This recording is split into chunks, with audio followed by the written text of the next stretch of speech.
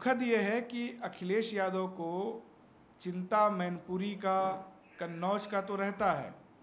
आप देखिए, जो लोकसभा के 2 उपचुनाव हुए थे पिछले दिनों, एक मैनपुरी में हुआ था, वहाँ पे पुलिस ने किसी को रोका नहीं कि वो वोट देने जाएं, लोग आराम से वोट देने जा रहे थे।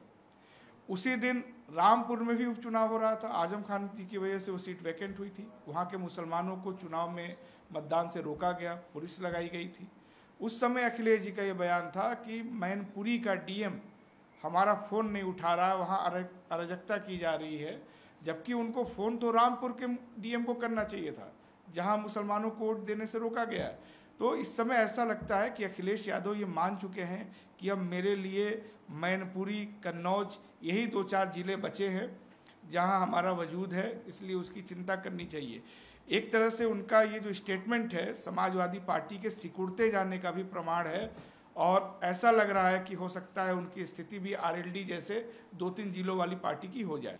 देखिए, जब भारत जोड़ो यात्रा सफलता की तरफ बढ़ रही थी आगे, उस समय भाजपा ने केसीआर, अखिलेश यादव, केजरीवाल जी की पार्टी को मिला करके एक थर्ड मोर्चा बनवाया था।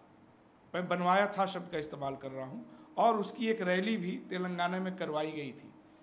भारतीय जनता पार्टी को सिर्फ ये महसूस हो रहा है कि हमको सिर्फ और सिर्फ कोई तीसरा मोर्चा टाइप का अगर हम बनवा ले गए तो बच पाएंगे। इसीलिए आप देखेंगे कि अखिलेश यादव जी कर्नाटक भी गए थे, जबकि वहाँ उनका कोई वजूद नहीं था। 3 दिन उन्होंने वहाँ जाके प्रचार किया। आपको तो उत्तर प्रदेश के निगम चुनाव में रहना चाहिए था, आप तो यहाँ नहीं थे, तो वो खुद नहीं गए थे, उनको भेजा गया था। उसी तरीके से इनका राष्ट्रीय अधिवेशन कहाँ पे होता है? कलकत्ता में होता है। बंगाल में एक बीडीसी नहीं होगा समाजवादी पार्टी का, तो यहाँ पे तो कुछ बचा नहीं। भारतीय जनता पार्टी के सामने जो दूसरे नंबर की पार्टी है, जिसको जनता ने उत्तर प्रदेश के विपक्ष की भूमिका दी थी, दूसरा मोर्चा बनवाया था कि आप मोर्चा लीजिए भाजपा से, तो दूसरे मोर्चे की जिम्मेदारी तो अखिलेश जी निभा नहीं पा रहे हैं।